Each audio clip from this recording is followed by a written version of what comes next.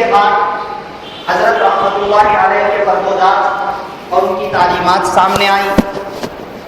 پھر اس کے بعد اس جمعہ کو انشاءاللہ تعالی حضرت کے ایک دو واقعات اور حضرت کے کچھ فرمودات اور پھر حضرت کی ذات کو بنیاد بنا کر کے اونچ نیچ پیدا کرنے والے کچھ لوگوں کا تذکرہ کیا جائے گا انشاءاللہ تعالی. یہ بات ذہن میں ہم رکھیں کہ اولیاء کرام کا تذکرہ چل رہا ہے. اس کا یہ مطلب نہیں ہے کہ اولیاء کرام کا مقام ائمہ دین ائمہ اربعہ امام ابو حنیفہ امام مالک امام شافعی اور امام احمد ابن حنبل رحمہم اللہ سے بڑھ جائے گا. اس کا یہ بھی مطلب نہیں ہے کہ اولیاء کرام کا مقام و مرتبہ صحابہ کرام سے انبیاء کرام سے تمام رسولوں سے یا اللہ رب العزت سے بڑھ جائے گا یا اللہ کے برابر ہو جائے گا. یہ ہرگز مطلب نہیں ہے. اس ساری گفتگو کا مقصد صرف اتنا ہے کہ اللہ رب العزت نے ہر ایک کو ایک مقام دیا ہے. نبیوں کا ایک مقام ہے, رسولوں کا ایک مقام ہے, صحابہ کا ایک مقام ہے. سب کا ایک ایک مقام ان کے مرتبوں کے اعتبار سے, ان کے علم کے اعتبار سے, ان کے کمالات کے اعتبار سے ہوتا ہے. ان کو اسی مقام میں رکھتے ہوئے ان کے ساتھ احترام کا ادب کا معاملہ کرنا چاہیے. ساری گفتگو کا حاصل بس اتنا ہی ہے. باقی ہماری نظروں میں, ساری دنیا کی نظروں میں اللہ رب العزت کے بعد اگر کسی کا مقام و مرتبہ سب سے زیادہ بڑا ہے تو وہ انبیاء کرام کا ہے, اور انبیاء کرام میں سب سے زیادہ مقام و مرتبہ اگر کسی کا بڑا ہے تو وہ ہمارے اور آپ کے نبی آقا نامدار تاجدار مدینہ حضرت محمد مصطفیٰ صلی اللہ علیہ وسلم کا ہے. اسی کو اللہ نے قرآن میں سمجھایا بھی, النبی اولیٰ بالمؤمنین من انفسہم, کہ ایمان والوں کے نزدیک نبی ان کی جانوں سے بھی زیادہ حق رکھتے ہیں. نبی صلی اللہ علیہ وسلم کا مقام یقیناً سب سے اونچا ہے. تو جو ائمہ کے بارے میں بات آئے گی یا اولیاء کے بارے میں بات آئے گی, کوئی اس کا نیگیٹو پہلو نہ نکالے, کوئی یہ نہ ثابت کرنے کی کوشش کرے کہ بھائی یہ اولیاء کا مقام نبیوں سے بڑھا رہے ہیں. کوئی نہیں بڑھاتا, صحابہ سے بھی نہیں بڑھاتے, انبیاء کرام اور رسولوں سے بھی نہیں بڑھاتے ہیں. ہر ایک کا ایک مقام بتانا مقصد ہے اور بس. تو حضرت شیخ رحمۃ اللہ علیہ, حضرت شیخ عبد القادر جیلانی رحمۃ اللہ علیہ کے بارے میں کچھ گفتگو ہمارے سامنے آئی. اب اس کے بعد مزید کچھ باتیں حضرت کے بارے میں بتلائی جاتی ہیں. ایک دو واقعات تو گزشتہ ذکر کیے گئے. حضرت کے علم کے سفر کے دوران سچائی کو اختیار کرنے کا واقعہ, کہ ان کے قمیص میں اندر کی طرف میں دینار کی تھیلی چھپی ہوئی تھی, وہ بھی انہوں نے سچ کہہ کر ڈاکوؤں کے حوالے کر دی. اور حضرت کے مقام اور ان کے علمی مقام اور ان کے تواضع اور ان کے تقدس کا پتہ بادل والے واقعے سے چلا کہ شیطان نے ان کو گمراہ کرنے کے لیے یہ کہا تھا کہ آج ہم تمہارے لیے تمام حرام چیزوں کو حلال کرتے ہیں. تو حضرت نے کہا کہ مردود, تو شیطان لعین ہے, لا حول ولا قوت الا باللہ. تو شیطان نے دوسرا وار کیا اور دوسری طریقے سے بھٹکانا چاہا کہ آج تم کو تمہارے علم نے بچا لیا. حضرت نے کہا کہ مردود, مجھے میرے علم نے نہیں, مجھے اللہ رب العزت نے بچایا. ایک اور واقعہ بھی سامنے آیا کہ لوگوں نے, ایک شخص نے قسم کھا لی تھی کہ میں ایسی عبادت کروں گا جو اس وقت میں پوری دنیا میں کوئی اور نہ کرتا ہو. سب لوگ بڑے حیران و پریشان ہو گئے. تو حضرت کے پاس ماجرا گیا تو حضرت نے بتلایا کہ اس میں کون سی مشکل ہے. مکہ مکرمہ مسجد حرام میں لے جاؤ اور سارے لوگوں کو کچھ دیر کے لیے روک دو. اس تنہ تنہا شخص کو کعبۃ اللہ کا طواف کرنے دو, یہ تنہ تنہا عبادت کرنے والا ہوگا اور اس کی بیوی کو طلاق نہیں پڑے گی. یہ ایک واقعہ سامنے آیا. اور ایک دو واقعات حضرت کی سوانح سے اس وقت میں بتلائے جاتے ہیں. کتاب ہے ذیل الطبقات, جلد نمبر 1 صفحہ نمبر 299 پر حضرت رحمۃ اللہ علیہ اپنا واقعہ تحریر کرتے ہیں کہ علمی سفر کے دوران مجھے بڑی مشقتیں اٹھانی پڑی, بڑی تنگیوں کا سامنا کرنا پڑا, بہت سی مرتبہ بھوکے رہنا پڑا, تو اسی دوران ایک مرتبہ میں بیابان میں علم فقہ کا مراجعہ کر رہا تھا، علم فقہ کا مطالعہ کر رہا تھا، علم فقہ کو میں دہرا رہا تھا، پڑھ رہا تھا، رجوع کر رہا تھا۔ تو اس دوران مجھے شدت کی بھوک لگی، شدت کی پیاس لگی، میں برداشت کرتا رہا اور پڑھتا رہا، یہاں تک کہ جب میری برداشت سے باہر ہو گیا تو اچانک ایک آواز آئی، غیب کی آواز۔ میں نے دیکھا کہ صرف آواز ہے، کوئی کہنے والا نظر نہیں آتا ہے۔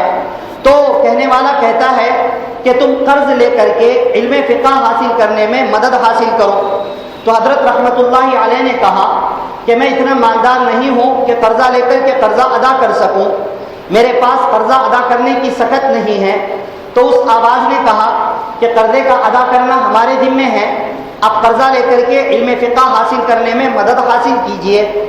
حضرت کہتے ہیں میں ڈھونڈتے ڈھونڈتے ایک دکان پر پہنچا، اور اس دکان پر پہنچ کر میں نے دکان والے سے کہا کہ بھائی آپ مجھے روزانہ ایک روٹی اور کچھ حب رشاد، کوئی خاص قسم کا بیج وغیرہ ہوگا جس کو استعمال کیا جاتا ہوگا، روزانہ ایک روٹی اور حب رشاد آپ مجھے دے دیا کریں، اس شرط پر کہ جب بھی میرے پاس پیسہ آئے گا میں آپ کو دے دوں گا، اور اگر پیسہ میرے پاس نہ آ پائے اور میں دینے سے پہلے مر جاؤں تو آپ مجھے معاف کر دینا۔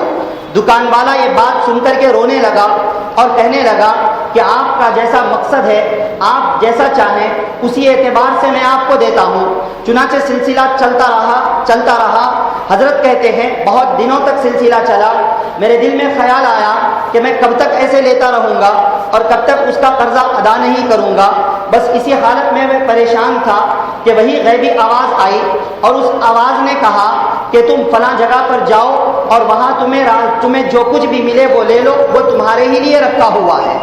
حضرت کہتے ہیں کہ میں اس آواز کے کہنے پر اس جگہ پر چلا تو کیا دیکھتا ہوں کہ وہاں پر کچھ سونا پڑا ہوا ہے، تو میں نے لیا اور دکاندار کا قرضہ ادا کر دیا۔ اللہ اکبر! عجیب و غریب واقعہ۔ غیبی آواز کا آنا یہ کوئی انوکھی اور تعجب کی بات نہیں ہے۔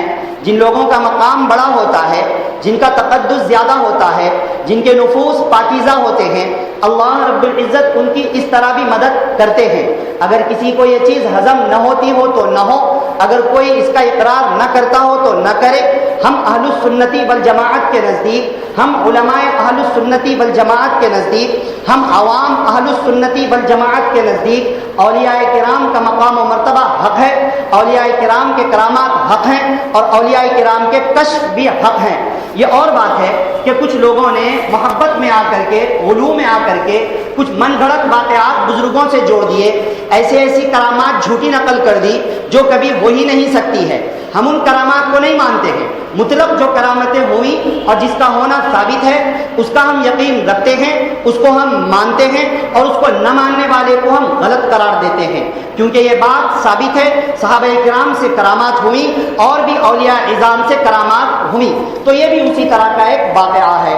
کتاب ذیل الطبقات جلد نمبر 1 صفحہ نمبر 299۔ اسی طریقے پر کتاب ذیل الطبقات جلد نمبر 1 صفحہ نمبر 398 پر حضرت اپنا ایک واقعہ نقل کرتے ہیں کہ اسی طرح دوران سفر، علمی سفر کے دوران مجھے شدت کی بھوک لگی، شدت کی پیاس لگی، فاقوں میں زندگی گزرا کرتی تھی، یہاں تک کہ میں تلاش کرنے کے لیے نکلا کہ شاید میرے لیے کھانے کا کچھ انتظام ہو جائے۔ بہت پھرا، بہت تلاش کیا، کہیں پر کچھ انتظام ہوتا ہوا نظر نہ آیا، تو ایک جگہ مسجد نظر آئی، میں مسجد میں جا کر کے بیٹھ گیا کہ اللہ اللہ کرتا بیٹھ جاؤں، اور اسی حالت میں اگر میری روح نکل جائے تو روح نکل جائے۔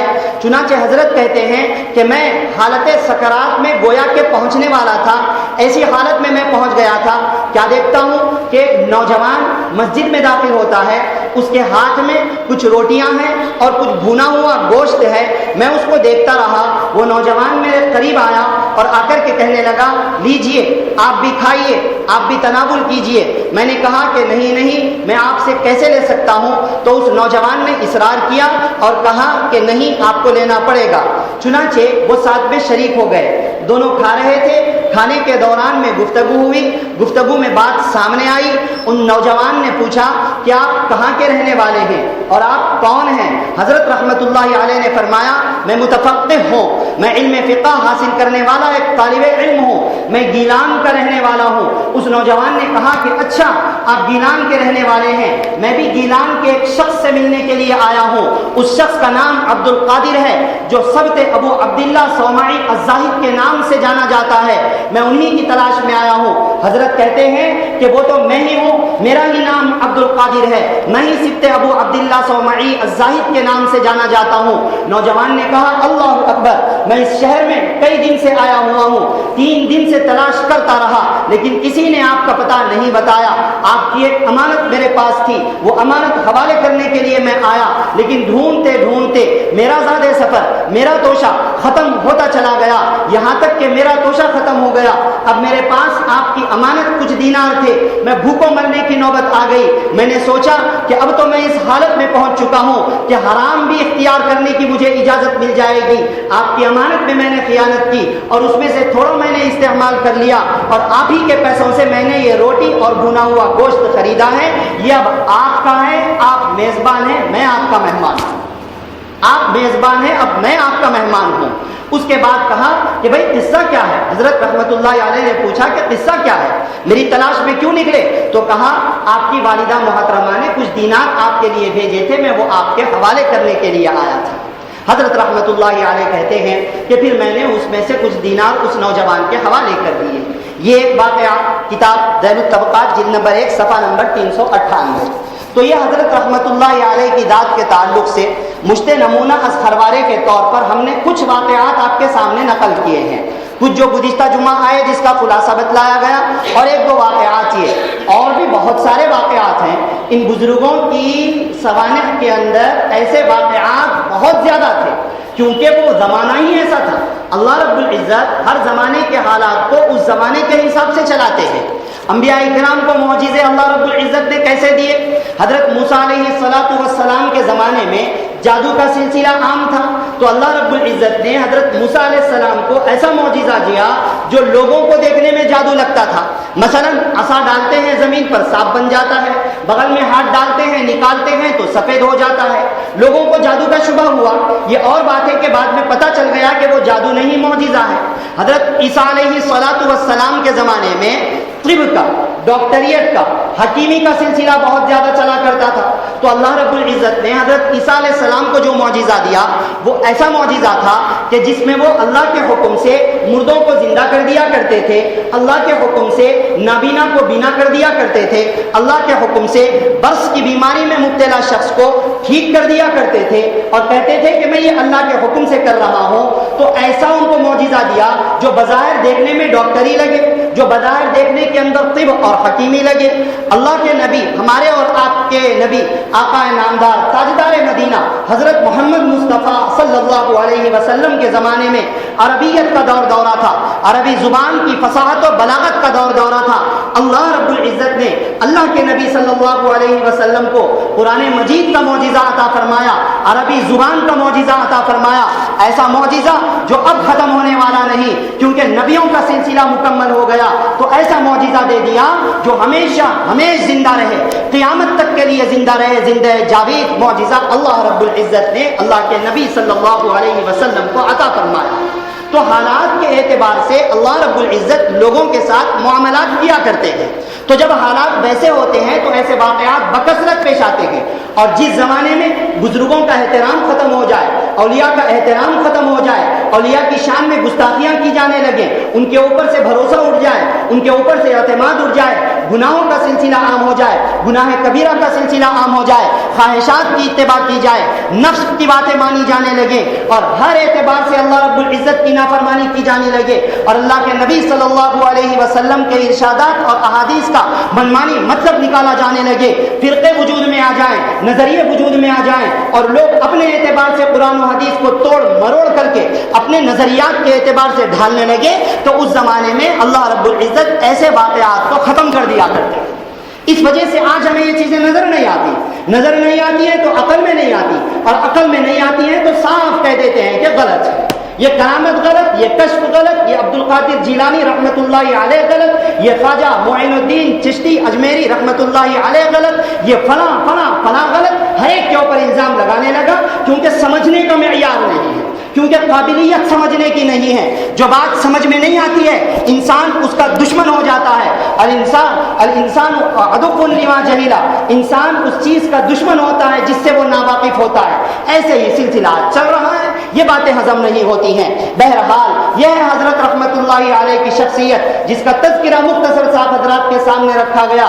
اب آپ کو بتلائیں، حضرت رحمت اللہ علیہ کی سوانح سے آپ نے سنا، حضرت کے فرمودات سے آپ نے سنا، حضرت کی تعلیمات سے آپ نے سنا، اور حضرت کے واقعات اور سوانح سے آپ نے سنا. کیا مقام تھا، اللہ رب العزت نے کیا تقدس سے نوازا تھا. لیکن اللہ رحم فرمائے، حضرت کی ذات کو بنیاد بنا کر کے ہمارے زمانے میں دو طرح کے لوگ وجود میں آ گئے. بعض وہ جو ان کی محبت میں غلو کرتے گئے اور کرتے چلے گئے، اور حضرت کا مقام اتنا اونچا کیا کہ صحابہ سے بڑھا دیا، نبیوں سے بڑھا دیا، مختار کل ثابت کر دیا، عالم الغیب ہونے تک کا دعویٰ کر دیا، اور کہنے لگے کہ حضرت کو ہمارے تمام کے تمام احوال کی خبر رہتی ہے. اس طرح کی باتیں کہنے لگے، ان سے مرادیں مانگنے لگے، ان کے نام کے سجدے کرنے لگے، ان کے نام کے چڑھاوے چڑھانے لگے. نعوذ باللہ، یہ ہمارے حضرت شیخ عبد القادر جیلانی رحمت اللہ علیہ کی تعلیم نہیں ہے، یہ ان کا سکھایا ہوا طریقہ نہیں ہے. یہ نہ تو ہمارا قرآن بتلاتا ہے، نہ تو حدیث بتلاتی ہے، نہ تو اللہ کے نبی صلی اللہ علیہ وسلم سکھلاتے ہیں،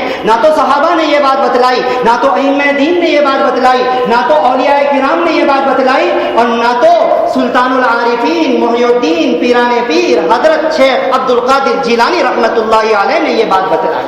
لیکن وجود میں آ گیا، محبت کے نام پر سلسلہ چلنے لگا اور اس طرح کی باتیں وجود میں آنے لگی. اور دوسرا فرقہ وہ ہے جو حضرت کی محبت میں نیچے اترے، اتنا نیچے اترے کہ ان کی کشف اور کرامات کا انکار کر دیا. اور اب وہ جو کبھی حضرت کا انکار کیا کرتے تھے، وہ جو کرامتوں اور کشف کے منکر ہوا کرتے تھے، آج حضرت کی ذات کو بنیاد بنا کر، ان کے مسائل کو اور ان کے طریقے کو بنیاد بنا کر امت کو گمراہ کرنے کی کوشش کر رہے ہیں. ابھی ان سب کا تذکرہ آپ کے سامنے آئے گا. تو پہلی جماعت جو حضرت کی محبت میں غلو کرتے ہوئے بہت آگے بڑھ گئی، اتنا آگے کہ جو حضرت نے نہیں کہا وہ کہنے لگے، جو حضرت نے نہیں بتلایا وہ بتلانے لگے، جو حضرت نے نہیں کیا وہ کرنے لگے، جو حضرت نے پوری زندگی لوگوں کو جس بات سے بنا کیا، شرک سے اور بدعات سے، ان چیزوں کو وجود میں لانے لگے. یہاں تک کہہ دیا کہ بلاد اللہ ملکی تحت حکمی سے ہے یہ ظاہر، بلاد اللہ ملکی تحت حکمی سے ہے یہ ظاہر کہ عالم میں ہر ایک شے پر ہے قبضہ غوث اعظم کا. کہنے لگے گئے ایک وقت میں، یاد رکھیے کیا کہا کہنے والے نے، کہ گئے ایک وقت میں 70 مریدوں کے یہاں آقا، گئے ایک وقت میں 70 مریدوں کے یہاں آقا. ایک وقت میں، ایک لمحے میں، ایک سیکنڈ میں 70 مریدوں کے پاس پہنچ گئے. یہ بھی واقعات حضرت کی شان میں گھڑ کر کے نقل کر دیے گئے. کہنے لگا، شاعر کہتا ہے کہ بلاد اللہ ملکی تحت حکمی سے ہے یہ ظاہر کہ ہے عالم میں ہر ایک شے پر قبضہ غوث اعظم کا. گئے ایک وقت میں 70 مریدوں کے یہاں آقا، سمجھ میں آ نہیں سکتا کرشمہ غوث اعظم کا. ایسا ایک واقعہ گھڑ لیا اور کہنے لگے ایک وقت میں 70 مریدوں کے پاس چلے گئے. نعوذ باللہ من ذالک. کرامات حق ہے، ہم مانتے ہیں کہ کرامتیں حق ہیں، کشف حق ہے، اور حضرت کی ذات سے بہت ساری ایسی کرامتیں ہوئی جس کا ماننا ضروری ہے. جو اس کا انکار کرے گا وہ غلط ہوگا. لیکن جو سچی کرامات ہے وہ صحیح ہے، جو جھوٹی کرامات ہیں وہ صحیح نہیں ہیں. یہ بات سمجھنا چاہیے. خود حضرت رحمت اللہ علیہ نے لوگوں کو کیسی تعلیم دی. اپنی کتاب الفتح الربانی صفحہ نمبر 88 کے اندر لکھتے ہیں، اے لوگوں، کسی بھی مخلوق کے ہاتھ میں کچھ بھی نہیں، سب کے سب عاجز ہیں. مالک ہو یا مملوک، سلطان ہو یا رعایا، مالدار ہو یا فقیر، سب کے سب تقدیر الہی کے ہیں اسیر. ان کے دل اللہ کے ہاتھ میں ہیں، انہیں اللہ تعالیٰ جس طرح چاہتے ہیں پھیرتے ہیں. اللہ کی طرح کوئی بھی نہیں ہے. اللہ تعالیٰ سب کچھ دیکھنے والے اور سب کچھ سننے والے ہیں. اسی طرح اسی کتاب الفتح الربانی صفحہ نمبر 91، صفحہ نمبر 191 اور 193 پر حضرت لکھتے ہیں کہ اے لوگوں، شریعت کی اتباع کرو، بدعتیں ایجاد نہ کرو، شریعت کے پابند رہو، اللہ کی مخالفت نہ کرو، اطاعت کرو، نافرمان نہ بنو، اخلاص پیدا کرو، شرک نہ کرو، اللہ کے در سے دور نہ بھاگو، اللہ ہی سے مدد مانگو، اللہ کے علاوہ کسی اور کے سامنے ہاتھ مت پھیلاؤ، اللہ تعالیٰ سے مدد طلب کرو، اللہ کے علاوہ کسی اور سے مدد نہ مانگو، اللہ تعالیٰ ہی پر بھروسہ کرو، اللہ کے علاوہ کسی اور پر بھروسہ نہ کرو. حضرت رحمت اللہ علیہ اپنی اسی کتاب الفتح الربانی صفحہ نمبر 373 پر فرماتے ہیں، اے لوگوں، تقوی اور اطاعت الہی کو لازم پکڑو، کسی سے نہ ڈرو، کسی سے نہ ڈرو، امید صرف اللہ تمام ضروریات کو اللہ تعالیٰ کے حوالے کر دو، اللہ تعالیٰ ہی سے ضروریات کو طلب کرو، اللہ کے علاوہ کسی پر بھروسہ نہ کرو، صرف اللہ تعالیٰ پر اعتماد رکھو، توحید کو لازم پکڑو، توحید کو لازم پکڑو، توحید کو لازم پکڑو، اس لیے کہ ہر چیز کی جامع توحید ہے۔ حضرت تعلیم دیتے ہیں توحید کی، حضرت تعلیم دیتے ہیں شرک سے دور رہنے کی، حضرت تعلیم دیتے ہیں بدعات و خرافات سے محفوظ رہنے کی، لیکن آج ہم نے حضرت کے نام پر بدعات ایجاد کر دی، کہنے لگے کہ حضرت کو ہمارے ہر حال کی ہر وقت میں خبر رہتی ہے۔ یہ غلط بات ہے۔ ہاں ہم یہ بات کہتے ہیں کہ اللہ تعالیٰ جس کو قبروں کے اندر محفوظ رکھنا چاہتے ہیں رکھتے ہیں۔ انبیاء کرام یقیناً قبروں میں حیات ہیں، شہید بھی یقیناً قبروں کے اندر حیات ہیں۔ ان کے علاوہ اللہ رب العزت جس کو چاہتے ہیں حیات رکھتے ہیں، اور جن کو چاہتے ہیں ان کے جسموں کو محفوظ رکھتے ہیں، اور امید ہے کہ اللہ رب العزت نے اولیاء کرام کے جسموں کو بھی محفوظ رکھا ہوگا، لیکن اس کا یہ مطلب نہیں ہے کہ ان کو ہمارے ہر حال کی خبر رہتی ہے۔ نعوذ باللہ، دیکھنے میں آیا اسی مہینے کے اندر کہ فلاں فلاں چیزیں نکالے گئے، جیسا کہ ہم نے گزشتہ کہا، ہاتھیاں چلائے گئے، مختلف بنڈیاں چلائے گئے، اس کے اوپر بڑے بڑے جھنڈے بچھا دیے گئے، اور یہ نظریہ رکھا جانے لگا کہ جو اس کو چھو لے اس کی مرادیں پوری ہو جائیں گی، لا ولد ہے تو اس کو اولاد ہو جائے گی، کسی کی جاب نہیں ہے تو اس کو جاب مل جائے گی، فلاں فلاں فلاں۔ نعوذ باللہ من ذلک، یہ ہمارے اسلام کی تعلیم نہیں، یہ صحابہ کی تعلیم نہیں، یہ ہمارے شیخ عبد القادر جیلانی رحمۃ اللہ علیہ پیران پیر کی معزز بزرگوں اور دوستوں اور صاحبوں، یہ تعلیم نہیں۔ اس وجہ سے اللہ کے واسطے اس طرح کی چیزوں سے ہم باز رہنے کی کوشش کریں، بچنے کی کوشش کریں، سچی محبت کریں، اولیاء کرام کا احترام کریں، ضروری ہے، لیکن اس کا یہ مطلب نہیں ہے کہ احترام میں حد سے آگے بڑھ جائیں، محبت میں غلو کرتے کرتے حد سے آگے بڑھ جائیں، ان کے نام کے سجدے کرنے لگے، ان کے نام کی فاتحہ دینے لگے۔ ہاں ان کے نام پر اللہ تعالیٰ کے مقصد، اللہ تعالیٰ کو راضی رکھتے ہوئے سورہ فاتحہ پڑھ کر یا کوئی اور قرآن کریم کی آیات پڑھ کر حضرت کو ایصال ثواب پہنچایا جا سکتا ہے، اور یقیناً پہنچایا جا سکتا ہے۔ فاتحہ دینے کا مطلب صرف یہ ہونا چاہیے کہ ہم سورہ فاتحہ پڑھ رہے ہیں، قرآن کے کچھ سورے پڑھ رہے ہیں، نبی صلی اللہ علیہ وسلم پر درود پڑھ رہے ہیں، اور اس کی برکت سے ہم جس کو چاہتے ہیں ان کو ایصال ثواب کرنا چاہتے ہیں۔ اگر یہ مقصد ہے تو ایسی فاتحہ کو غلط کہنا غلط ہے، لیکن اب اس کے اندر اگر کوئی یہ مقصد بنا لے کہ اس فاتحہ سے ہم حضرت شیخ کو راضی کریں گے، اس فاتحہ سے ہم ان کو راضی کر کے ان سے مسائل حل کروائیں گے، یہ غلط ہے۔ بس بات اتنی ہی ہے، بات کو سمجھنے کی ضرورت ہے۔ ادھر پلٹیں گے تو غلط ہو جائے گا اور ادھر پلٹیں گے تو صحیح رہے گا۔ بات کو سمجھنے کی ضرورت ہے، بات سمجھے بغیر اب اگر کوئی ایسا سمجھانے کی کوشش کرے، صاف کہہ دیا جاتا ہے گستاخ اولیاء ہے۔ نعوذ باللہ من ذالک، اولیاء کرام کی گستاخی کرنے والا ہماری نظروں میں، ہم تمام اہل السنت والجماعت علماء اور عوام کی نظروں کے اندر وہ خود گستاخ ہے، اس کا حق پہ ہونا شکوک و شبہات میں اس کو ڈال دے گا۔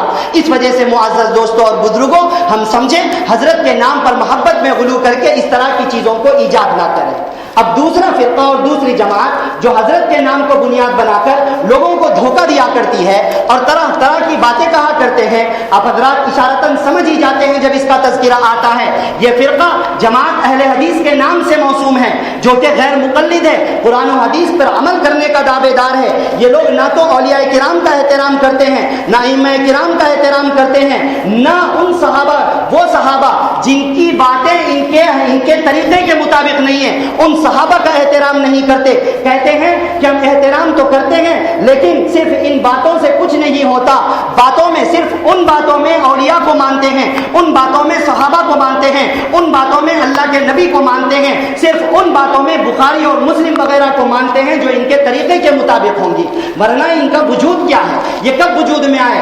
یہ کبھی وجود میں نہیں آئے تھے۔ ہاں اسلامی اعتبار سے ہسٹری میں اصحاب الحدیث کا نام جانا جاتا ہے اور اہل الحدیث کا نام کتابوں میں ملتا ہے، لیکن وہ اہل حدیث سے مراد موجودہ زمانے کا فرقہ اہل حدیث نہیں ہے، وہ اہل حدیث سے مراد محدثین ہیں جو علم حدیث پڑھتے تھے اور پڑھایا کرتے تھے، جو علم حدیث کو اپنا مشغلہ بنایا کرتے تھے۔ ان لوگوں کے بارے میں یہ باتیں ہیں، یہ جو اپنے آپ کو اہل حدیث اور سچا حدیث پر عمل کرنے والا کہتے ہیں، یہ لوگ مراد نہیں ہیں۔ ان کا تو وجود تقریباً 150-200 سال پہلے ہوا۔ ان کے ہی عالم دین غیر مقلد و مجتہد نواب صدیق حسن خان کا کہنا ہے، کتاب الحکہ عن ذکر الصحاح الستہ صفحہ نمبر 153 پر، یہ اسی فرقے کے تھے، لیکن جب دیکھا کہ ہوتے ہوتے ہوتے ان کو بھی فرقے سے نکال کر کے باہر کر دیا گیا۔ ان کی ایک خاصیت ہے کہ جو ان کے خلاف بولے گا ان کو نکال کر باہر کر دیں گے، اس کو اپنا عالم نہیں مانیں گے، اس کتاب کو اپنے مکتبے اور لائبریری سے ختم کر دیں گے، اس کے صفحات کو کے وجود کو ختم کر دیں گے. کہتے ہیں کہ ہم تو اللہ کے نبی کو مانتے ہیں. ارے اللہ کے نبی کیا تمہارے خواب میں آئے تھے؟ اللہ کے نبی صلی اللہ علیہ وسلم کے پاس کیا 1400 سال پہلے جا کر کے آئے ہو؟ کیسے مان سکتے ہو اللہ کے نبی کو؟ اللہ کے نبی صلی اللہ علیہ وسلم کی بات صحابہ سے ملی، صحابہ کی بات تابعین سے ملی، تابعین کی بات تبع تابعین سے ملی، تبع تابعین کی بات ان کے بعد ملی. یہ سب باتیں امام بخاری سے ملی، امام مسلم سے ملی، امام ترمذی سے ملی، امام نسائی سے ملی، امام ابن ماجہ سے ملی، امام ابو داؤد سے ملی اور امام محمد سے ملی، امام مالک سے ملی. اس طرح کی ساری باتیں ہمیں ان محدثین سے ملی، ان ائمہ سے ملی. نہیں، ہم ان سب کو نہیں مانتے، ہم ڈائریکٹ اللہ کے نبی کو مانتے. کیسے مان سکتے ہو؟ کوئی کہنے لگے کہ میں اپنے باپ کی اولاد نہیں، میں آدم علیہ السلام کی اولاد ہوں، کیونکہ اللہ نے کہا قرآن میں کہ سارے انسان آدم علیہ السلام کی اولاد ہے، تو میں بھی آدم علیہ السلام کی اولاد ہوں، میں اپنے باپ کی اولاد نہیں ہوں. ارے اللہ کے بندے، ہاں سب آدم علیہ السلام کی اولاد ہیں، لیکن آدم علیہ السلام تک پہنچنے کے لیے اپنے باپ کا واسطہ لینا پڑے گا. اگر اپنے باپ کا انکار کر دو گے تو ولد الزنا کہلاؤ گے، حرام کی اولاد کہلاؤ گے. کیوں؟ کیونکہ یہ واسطہ ہے. واسطے کو چھوڑ کر کے کوئی ڈائریکٹ حضرت آدم علیہ السلام تک نہیں پہنچ سکتا. اس طرح کی باتیں وجود میں آ گئی، طرح طرح کا دھوکہ یہ دینے لگے. اسی طریقے پر یہ کہتے ہیں اپنی کتاب صفحہ نمبر 153 میں کہ اس زمانے میں، یہ خود ان کے عالم کہتے ہیں، جب ان کو نکال کر کے پھینک دیا گیا تو بڑے بیزار ہو گئے اس فرقے سے، اور کہنے لگے کہ اس زمانے میں ایک ریاکار اور شہرت پسند فرقے نے جنم لیا جو ہر قسم کی خامیوں اور کمیوں کے باوجود قرآن و حدیث پر عمل کرنے کا دعوے دار ہے. حالانکہ علم اور عرفان سے اس فرقے کو دور کا بھی واسطہ نہیں ہے. یہ لوگ علوم عالیہ و علوم عالیہ، گرامر اور قرآن و حدیث کے علوم سے بالکل جاہل ہیں. اسی طرح پر کتاب کشف الحجاب صفحہ نمبر 22 پر ان کا ہی ایک عالم دین امی جان عائشہ رضی اللہ تعالی عنہ کی شان میں گستاخی کرنے والا گستاخ امی جان عائشہ رضی اللہ تعالی عنہ، ایک ان کا مولوی غیر مقلد اہل حدیث مولوی عبدالحق بنارسی، اب کتاب کے اندر لکھتا ہے، یہ کتاب بعد میں لوگوں نے اس کے اقوال کو اس کے اندر جمع کیا، لکھتا ہے کہ عائشہ نعوذ باللہ ایسے الفاظ سے توبہ کی جائے جس کسی نے ایسا کہا. کہتا ہے کہ عائشہ علی سے لڑی، اگر توبہ سے نہ مری تو مرتد مری. اور یہ بھی دوسری مجلس کے اندر کہنے لگا کہ صحابہ کا علم ہم سے کم تھا، صحابہ میں سے ہر ایک کو تھوڑی تھوڑی حدیثیں یاد تھی اور ہم کو سارے صحابہ کرام کی حدیثیں یاد. نعوذ باللہ من ذالک. ایسے فرقے کی باتوں میں ہمارا نوجوان بہکاوے میں آ رہا ہے، بڑے دھوکے دینے کی کوشش کر رہے ہیں. حضرت شیخ رحمت اللہ علیہ کی ذات کو انہوں نے بنیاد بنایا اور امت کے اندر دھوکہ دینے اور دھوکہ پھیلانے کی کوشش کی. ہم آپ کو بتلائیں کہ یہ لوگ کیسے کیسے دھوکے دیا کرتے ہیں اور کیسے کیسے ہمارے ساتھیوں کو اور دوستوں کو گمراہ کرنے کی کوشش کیا کرتے ہیں. کہنے لگتے ہیں کہ بھائی عبد القادر جیلانی رحمت اللہ علیہ رفع یدین. اچھا، ان لوگوں کا حال تھوڑا سا میں آپ کو یہ بتلا دوں. یہ کہتے ہیں کہ ہم اللہ کے نبی صلی اللہ علیہ وسلم کو مانتے ہیں. جھوٹ کہتے ہیں. نہ امام بخاری کو مانتے ہیں، نہ اللہ کے نبی صلی اللہ علیہ وسلم کو مانتے ہیں. کیوں؟ کیونکہ اللہ کے نبی صلی اللہ علیہ وسلم سے پورا رمضان جماعت سے تراویح پڑھنا اور تراویح میں قرآن کریم پڑھنا ثابت نہیں ہے. یہ لوگ پڑھتے ہیں اور کہتے ہیں کہ اس مسئلے میں ہم صحابہ کرام کو مانتے ہیں. اور جب ان سے کہا جاتا ہے کہ بھئی صحابہ کو مانتے ہو تو پھر جمعہ کے دن 2 اذانیں کہا کرو، کیونکہ جمعہ کے دن 2 اذانیں کرنا کہنا حضرت عثمان رضی اللہ عنہ کے زمانے میں سارے صحابہ کرام کا اتفاق تھا. کہتے ہیں کہ یہاں پر ہم صحابہ کرام کو نہیں مانتے، اللہ کے نبی صلی اللہ علیہ وسلم کو مانتے ہیں. کہتے ہیں ہم بخاری کو مانتے ہیں. نعوذ باللہ، بخاری کو بھی نہیں مانتے. ٹوپی پہننے کی حدیث بخاری میں ہے، لیکن اس مسئلے میں امام بخاری رحمت اللہ علیہ کو نہیں مانتے. 2 ہاتھ سے اللہ کے نبی صلی اللہ علیہ وسلم کے مصافحہ کرنے کی حدیث بخاری شریف میں موجود ہے. اس حدیث کا مطلب بگاڑ دیتے ہیں، لیکن کہتے ہیں کہ ہم بخاری کو مانتے ہیں. اس مسئلے میں امام بخاری رحمت اللہ علیہ کو نہیں مانتے. کانوں تک ہاتھ اٹھانے کی حدیث مسلم شریف میں موجود ہے، لیکن اس مسئلے میں امام مسلم رحمت اللہ علیہ کو نہیں مانتے. سورہ فاتحہ جب پڑھا جائے اس وقت میں زور سے بسم اللہ الرحمن الرحیم امام کو نہیں پڑھنا چاہیے. یہ حدیث ترمذی شریف میں ہے، لیکن اس مسئلے میں امام ترمذی رحمت اللہ علیہ کو نہیں مانتے. قاعدے میں بیٹھ کر انگلی کو نہیں ہلانا چاہیے. یہ حدیث نسائی شریف میں موجود ہے، لیکن اس حدیث میں اور اس مسئلے کے بارے میں امام نسائی رحمت اللہ علیہ کو نہیں مانتے. نبی صلی اللہ علیہ وسلم کے قبر مبارک میں حیات ہونے کی حدیث ابو داؤد شریف میں موجود ہے، لیکن اس مسئلے میں امام ابو داؤد رحمت اللہ علیہ کو نہیں مانتے. علماء سے جھگڑا نہ کرنے اور علماء پر بڑائی نہ جتلانے کی حدیث ابن ماجہ میں موجود ہے، لیکن اس مسئلے میں امام ابن ماجہ رحمت اللہ علیہ کو نہیں مانتے. سینے پہ ہاتھ ماننے کی حدیث نہ تو بخاری میں ہے، نہ تو مسلم میں ہے، نہ تو ترمذی میں ہے، نہ تو نسائی میں ہے، نہ تو ابن ماجہ میں ہے، نہ تو ابو داؤد میں ہے، لیکن سینے پر ہاتھ باندھتے ہیں اور کہتے ہیں کہ ہم حدیث پہ عمل کر رہے ہیں۔ ارے اس مسئلے میں صحاح ستہ کو نہیں مانتے، ان سب کو نہیں مانتے، دوسری طرف میں چلے جاتے ہیں اور کہتے ہیں کہ ہم لوگ بخاری کو مانتے ہیں، ہم لوگ مسلم کو مانتے ہیں، ہم لوگ اللہ کے نبی صلی اللہ علیہ وسلم کو مانتے ہیں۔ بات کیا ہے؟ پھر یہ کس کی مانتے ہیں؟ اپنے نفس کی مانتے ہیں، اپنے خواہش کی مانتے ہیں۔ جہاں حدیثیں ان کے مطابق ملی تو سب صحیح، اور جہاں حدیثیں ان کے خلاف ملی تو سب کچھ غلط ہو جائے گا۔ ایک مقام پر ٹکتے نہیں عاشق بدنام کہیں، ایک مقام پر ٹکتے نہیں عاشق بدنام کہیں، صبح کہیں، رات کہیں، دن کہیں، شام کہیں۔ تو یہ لوگ حضرت رحمت اللہ علیہ کی ذات سے آج کل لوگوں میں دھوکہ پھیلا رہے ہیں۔ ایک دھوکہ یہ دے رہے ہیں کہ حضرت شیخ عبد القادر رحمت اللہ علیہ نماز میں رفع یدین کیا کرتے تھے، تو تم لوگ پیران پیر کو مانتے ہو تو تم لوگ رفع یدین کیوں نہیں کرتے؟ تمہیں بھی رفع یدین کرنا چاہیے، کیونکہ پیران پیر رفع یدین کرتے تھے تو تمہیں بھی رفع یدین کرنا چاہیے۔ ہم نے گزشتہ جمعوں میں یہ بات تفصیل سے سمجھا دی کہ حضرت رحمت اللہ علیہ امام احمد ابن حنبل رحمت اللہ علیہ کو فالو کرتے تھے، اور امام احمد ابن حنبل رحمت اللہ علیہ کے پاس نماز میں رفع یدین کرنا ہے، وہ اس لیے رفع یدین کرتے تھے۔ اگر حضرت کی بات کو بنیاد بنانا ہے تو پھر سنو اور اس بات کا جواب دو کہ حضرت رحمت اللہ علیہ امام احمد ابن حنبل رحمت اللہ علیہ کی تقلید کیا کرتے تھے، تم کسی کی تقلید نہیں کرتے۔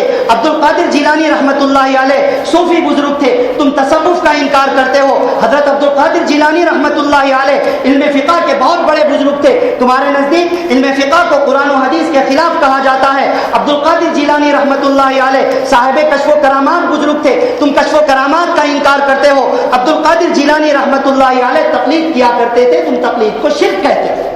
اگر ان کے ایک عمل کو بنیاد بنانا ہے تو پھر ان کی ساری باتوں کو لو، اگر ان کے ایک عمل کو بنیاد بنانا ہے تو ان کی ساری باتوں کو آپ بھی قبول کرو، لیکن نہیں، بزرگوں کو نہ ماننے والے لوگ ہمارے ساتھیوں کو بھٹکانے کے لیے ان کے عمل کا حوالہ دے کر کے گمراہ کر رہے ہیں، اور ہمارا نوجوان ساتھی ارے ہاں پیران پیر رفع یدین کیا کرتے تھے، مجھے بھی رفع یدین کرنا چاہیے۔ اللہ کے بندو، وہ مقلد تھے، وہ امام احمد ابن حنبل رحمت اللہ علیہ کو فالو کرتے تھے، ہم بھی مقلد ہیں، ہم امام اعظم ابو حنیفہ رحمت اللہ علیہ کو فالو کرتے ہیں۔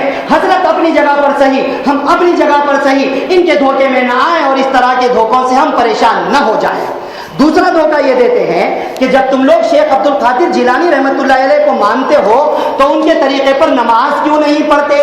یہی بات کو تھوڑا گھما کر کے کہتے ہیں، دوسرے الفاظ میں پھرا کر کے کہتے ہیں۔ ہم جواب دیتے ہیں کہ ہاں، ہم عبد القادر جیلانی رحمت اللہ علیہ کو مانتے ہیں، بڑا مانتے ہیں، تقوی والا مانتے ہیں، پیران پیر مانتے ہیں، امام مانتے ہیں، بہت بڑا مانتے ہیں، لیکن ہم ان کو امام مانتے ہیں تصوف و سلوک میں، ہم ان کو امام مانتے ہیں شیخی اور پیر کے سلسلے میں، ہم ان کو امام مانتے ہیں تزکیہ نفوس کے سلسلے میں، مسئلے مسائل میں ہم امام اعظم ابو حنیفہ رحمت اللہ علیہ کو امام مانتے ہیں، عبد القادر جیلانی رحمت اللہ علیہ کو ہم مسئلے مسائل میں امام نہیں مانتے ہیں۔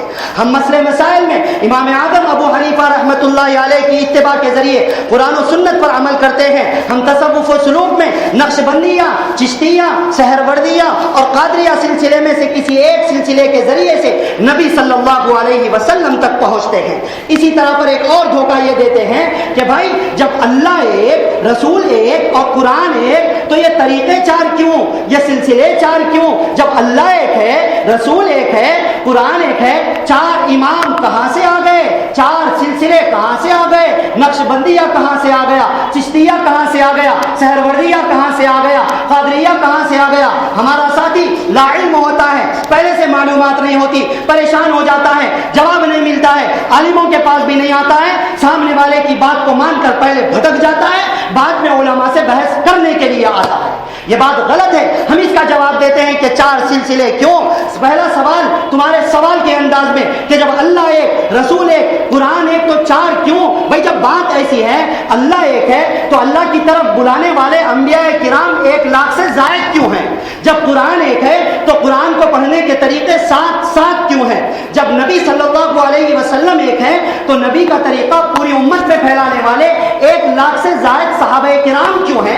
اس کا کیا جواب ہے؟ بھی ظاہر سی بات ہے، بچکانا اعتراض وہ ہے تو اس کا جواب اسی سے سمجھ میں آ جائے گا۔ تھوڑا آگے بڑھیے، ہم کہتے ہیں کہ یہ 4 کا سلسلہ ہم نے نہیں چلایا، یہ 4 اماموں میں قید ہم نے نہیں کیا، یہ سب کچھ اللہ تعالیٰ کی طرف سے ایک تکوینی نظام ہے، اللہ رب العزت نے چلایا ہے۔ میں آپ کو ایک حکمت کی بات بتلاتا ہوں، ایک لاجک کی بات بتلاتا ہوں، دلیل نہیں دیتا لیکن لاجک کی بات بتلاتا ہوں۔ ارے اللہ کا نام دیکھ لو، اللہ میں 4 حرف، محمد میں 4 حرف، قرآن میں 4 حرف، حدیث کے اندر 4 حرف، فرشتوں میں بڑے فرشتے 4، جبرائیل، میکائیل، اسرائیل اور اسرافیل، رسولوں میں بڑے رسول 4، موسیٰ، داؤد، عیسیٰ علیہ الصلاۃ والسلام اور محمد صلی اللہ علیہ وسلم، کتابوں میں بڑی کتابیں 4، تورات، زبور، انجیل اور قرآن مجید، صحابہ میں بڑے صحابہ 4، ابو بکر، عمر، عثمان اور علی۔ عورتوں کے بارے میں اللہ کے نبی صلی اللہ علیہ وسلم نے فرمایا عورتوں میں بہت ساری عورتیں کامل و مکمل ہوئی، لیکن ان میں حضرت حاجرہ رحمت اللہ علیہ کو چھوڑ کر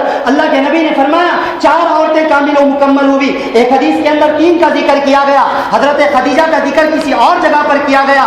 کل ملا کر ہسٹری کے اعتبار سے اسلام سے پہلے 2 عورتیں کامل و مکمل ہوئی، نمبر 1 حضرت مریم اور نمبر 2 آسیہ، حضرت آسیہ امرأۃ فرعون، یہ دونوں کامل و مکمل۔ اور اللہ کے نبی صلی اللہ علیہ وسلم کے زمانے میں اسلام آنے کے بعد جو مقام 2 عورتوں کو ملا، حضرت خدیجہ رضی اللہ عنہا، حضرت عائشہ رضی اللہ عنہا، یہ مقام کسی کو نہیں ملا، تو کامل و مکمل عورتیں 4 ہوئی، حضرت مریم، حضرت آسیہ، حضرت خدیجہ، حضرت عائشہ رضی اللہ عنہم۔ ارے نبی صلی اللہ علیہ وسلم کی بیٹیوں کی فہرست اٹھا کر کے دیکھ لو، نبی صلی اللہ علیہ وسلم کی بیٹیاں 4، حضرت زینب، حضرت رقیہ، حضرت ام کلثوم، حضرت فاطمہ رضی اللہ تعالی عنہن۔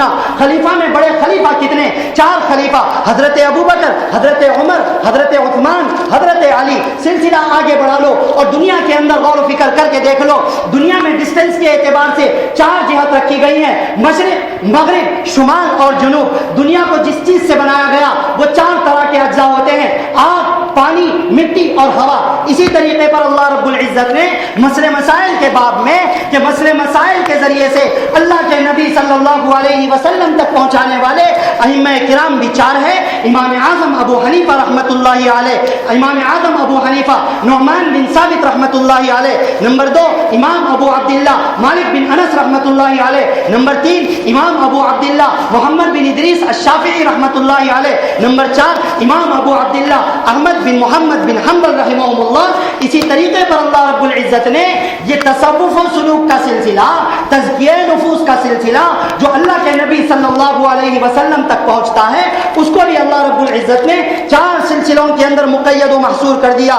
نمبر 1 قادریہ، جو حضرت شیخ عبد القادر جیلانی رحمۃ اللہ علیہ کے واسطے سے ہوتے ہوئے اور واسطوں سے ہوتے ہوئے صحابہ کے واسطے سے ہوئے اللہ کے نبی تک ملتا ہے۔ نمبر 2 نقشبندیہ، جو محمد بہاؤالدین شاہ نقشبندی رحمۃ اللہ علیہ سے ہوتے ہوئے اور بزرگوں سے ہوتے ہوئے صحابہ سے ہوتے ہوئے اللہ کے نبی صلی اللہ علیہ وسلم تک پہنچتا ہے۔ نمبر 3 چشتیہ، ہندوستان میں خواجہ معین الدین چشتی اجمیری رحمۃ اللہ علیہ کے واسطے سے ابو اسحاق الدمشقی رحمۃ اللہ علیہ کے واسطے تک پہنچتا ہے، پھر ان سے ہوتے ہوئے اور لوگوں سے ہوتے ہوئے صحابہ سے ہوتے ہوئے اللہ کے نبی صلی اللہ علیہ وسلم سے جا ملتا ہے۔ سہروردیہ، جو شہاب الدین عمر سہروردی رحمۃ اللہ علیہ سے ہوتے ہوئے اور واسطوں سے ہوتے ہوئے صحابہ کرام سے ہوتے ہوئے اللہ کے نبی صلی اللہ علیہ وسلم تک پہنچتا۔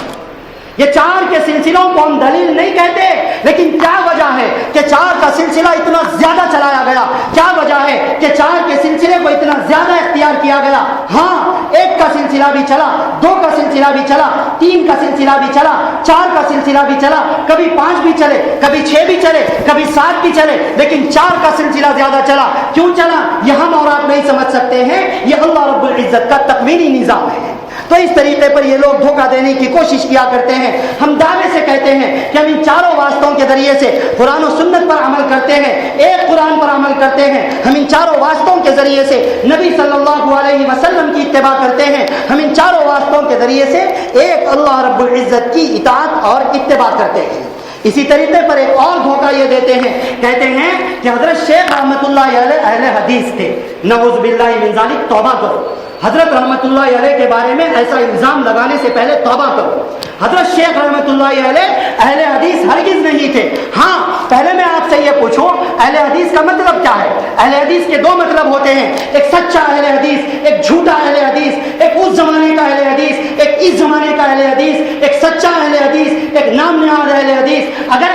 سے مراد سچا اہل حدیث ہے تو ابھی ہم نے آپ کو بتلایا کہ حضرت رحمۃ اللہ علیہ مقلد تھے اور ان کے بارے میں خود انہوں نے کہا کہ یہ اہل حدیث تھے، تو بات ثابت ہو گئی کہ یہ خود ایک مقلد کو اہل حدیث مانتے ہیں، تو پتہ یہ چلا ہم مقلد ہیں، سچے اہل حدیث، صحیح حدیثوں پر عمل کرنے والے ہم ہوئے، کیونکہ حضرت مقلد اور تمہارے مطابق حضرت اہل حدیث تو مقلد اہل حدیث ہوا، امام احمد ابن حنبل رحمۃ اللہ علیہ کو فالو کرنے والا اہل حدیث ہوا، تو مقلد صحیح معنی میں اہل حدیث ہوا، غیر مقلد صحیح معنی میں اہل حدیث نہیں ہو سکتا۔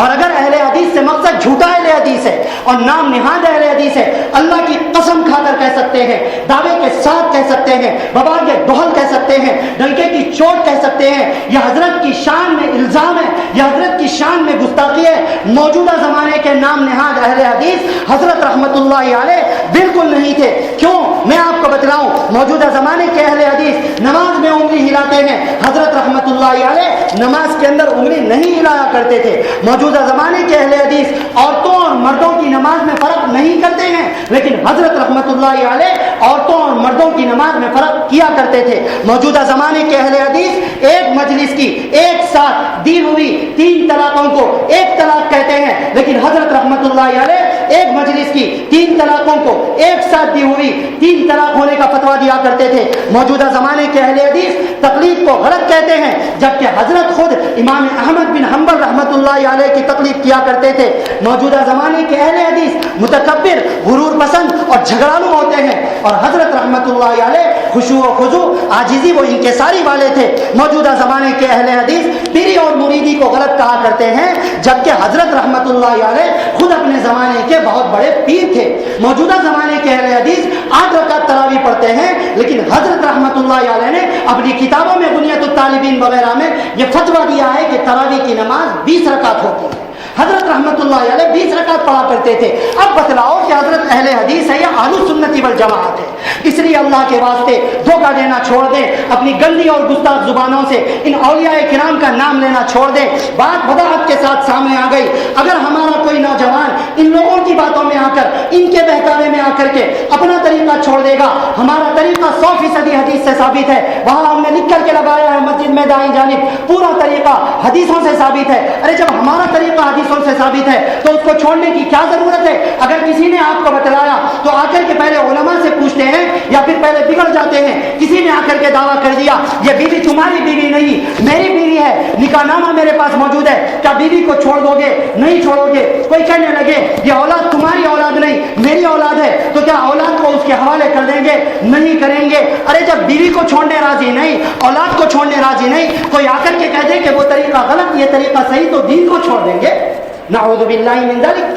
کیا ہو رہا ہے اور امت کس طرف میں جا رہی ہے؟ ہمارا مقصد کسی کو برا کہنا نہیں، لیکن یہ لوگ برا کہتے ہیں، یہ لوگ غلط کہتے ہیں، یہ لوگ تقریروں میں ہمیں مشرک کہتے ہیں، یہ لوگ ہمارے ساتھیوں کو بھٹکاتے ہیں۔ ارے اپنی نماز پڑھ لو، لکم دینکم ولی دین، ہم تمہیں نہیں چھیڑیں گے، ہم تمہیں کچھ نہیں کہیں گے، مگر ہماری نماز صحیح ہے اس کو غلط کیوں کہتے ہو؟ ہمارا نوجوان صحیح ہے اس کو اپنی طرف میں کھینچنے کی کوشش کیوں کرتے ہو؟ تمہیں جو کرنا ہے کرو، ہمیں تم سے کوئی سروکار اور کوئی مطلب نہیں ہے۔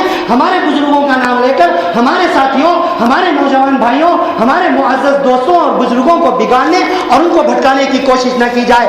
بات وضاحت کے ساتھ سمجھائی گئی۔ اگر اب بھی نہ سمجھ میں آئے تو بس اتنا ہی کہا جا سکتا ہے، آنکھیں اگر وہ بند تو پھر دن بھی رات ہے، آنکھیں اگر وہ بند تو پھر دن بھی رات ہے، اس میں بھلا قصور کیا ہے آفتاب کا؟ الٹی ہی چال چلتے ہیں دیوان گان عشق، الٹی ہی چال چلتے ہیں دیوان گان عشق، آنکھوں کو بند کرتے ہیں دیدار کے لیے۔ کسی کہنے والے نے کہا الٹی سمجھ کسی کو ایسی خدا نہ دے، الٹی سمجھ کسی کو ایسی خدا نہ دے، دے آدمی کو موت مگر یہ ادا نہ دے۔ اگر اب بھی کسی کو ڈاؤٹس اور کنفیوژنس ہیں، اللہ کے واسطے ملو علماء کرام سے، بگڑنے سے پہلے ملو، بدلنے سے پہلے ملو، مل کر معلوم کرو پہلے اپنے طریقے کے بارے میں۔ نہیں سمجھ میں آیا، علماء نہیں سمجھاتے ہیں تو پھر آپ بگڑ گئے، شاید اللہ آپ سے نہ پوچھے، لیکن اگر پوچھے بغیر بگڑ جائیں گے تو میدان محشر میں ایک سوال یہ بھی ہوگا کہ صحیح چیز کو کیوں چھوڑا۔